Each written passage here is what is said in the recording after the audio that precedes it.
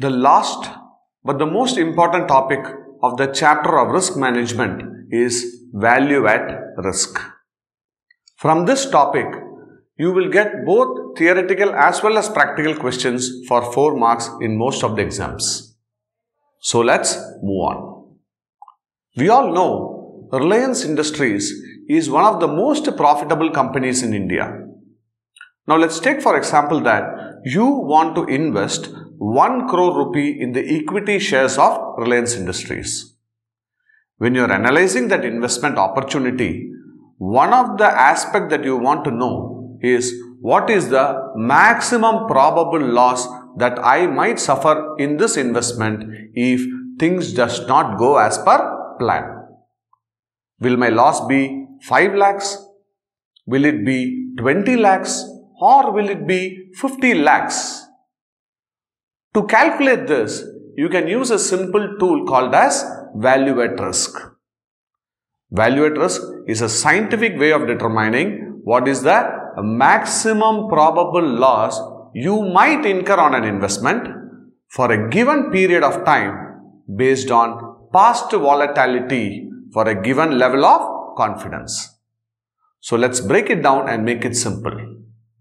So if you noticed, we are calculating the maximum probable loss under 3 given conditions. What are they? One is time, second is volatility, and third is level of confidence. By time, we mean the number of days for which you are calculating the maximum probable loss.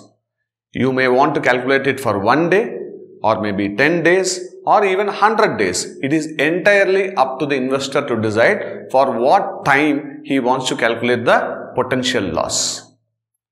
Moving on to volatility, we talk about the level of deviation in the value of the investment each day under normal distribution scenario, or in common man's language, under normal circumstances.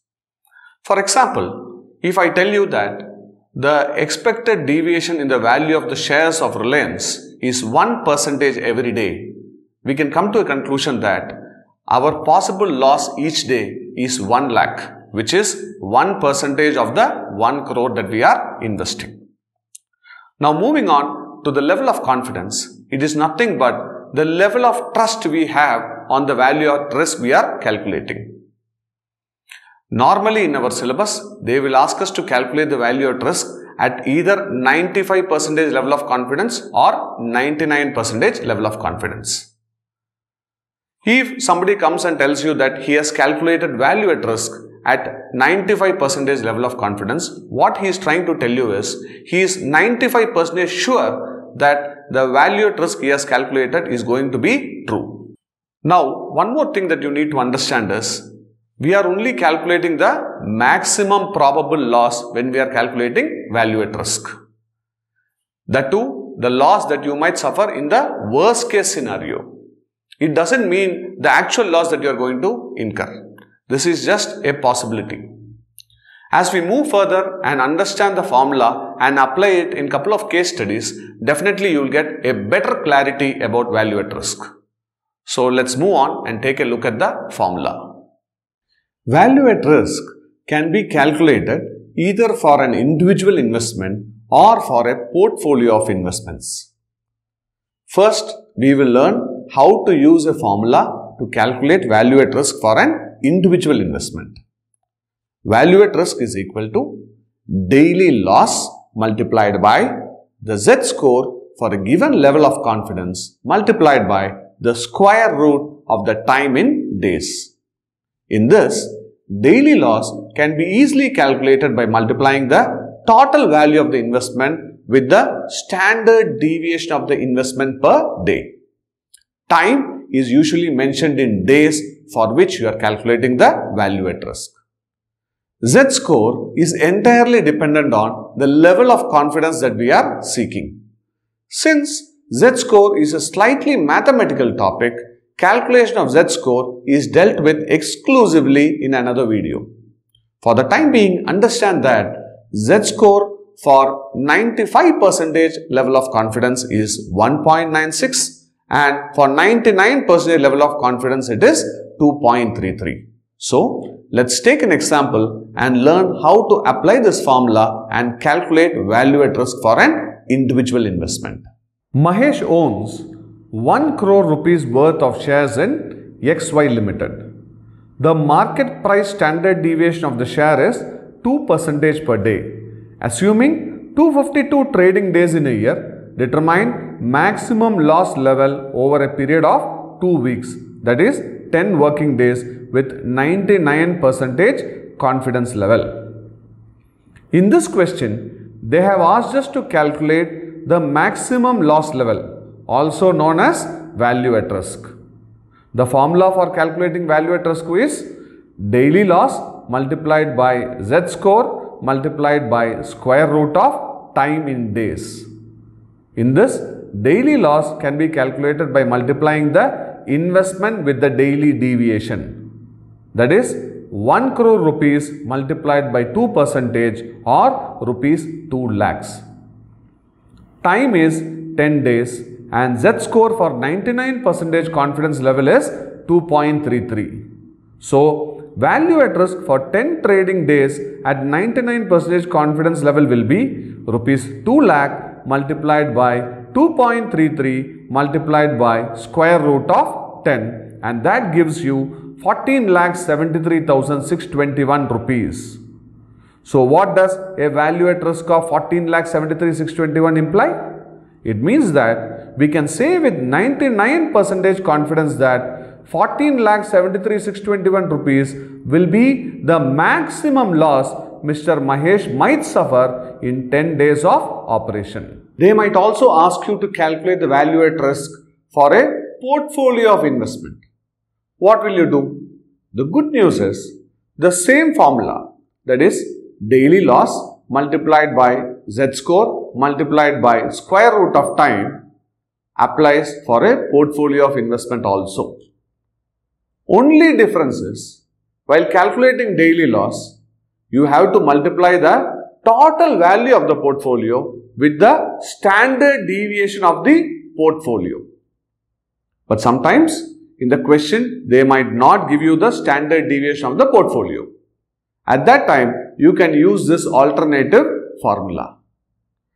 Here, daily loss is equal to square root of LA square plus LB square plus 2 multiplied by LA multiplied by LB multiplied by correlation coefficient of AB. Here, LA is the daily loss of security A and LB is daily loss of security B. And A and B are the two scripts in the portfolio. Having seen the formula, let us apply that in one example. Mr. Jomoon's portfolio is like this. Investment in shares of ABC Limited, rupees 200 lakhs. Investment in shares of XYZ Limited, rupees 200 lakhs. Daily standard deviation of both shares is 1%. Correlation coefficient between these two shares is 0.3. You are required to determine the 10-day 99% value at risk for Mr. Jomoon's portfolio. If the z-score for the normal distribution table at 99% confidence level is 2.33. Moving on to the solution. Since the standard deviation of the portfolio is not given in this question, we have to use the alternative formula to find the daily loss. Daily loss is equal to square root of LA square plus LX square plus 2 multiplied by LA multiplied by LX multiplied by correlation coefficient of AX, where daily loss of ABC Limited and XYZ Limited are as under. ABC Limited, it is 200 lakhs multiplied by 1%, 2 lakhs, and for XYZ Limited also, it is 200 lakhs multiplied by 1%, 2 lakhs. So, as per the formula, the daily loss is square root of 2 square plus 2 square plus 2 multiplied by 2 multiplied by 2 multiplied by 0.3.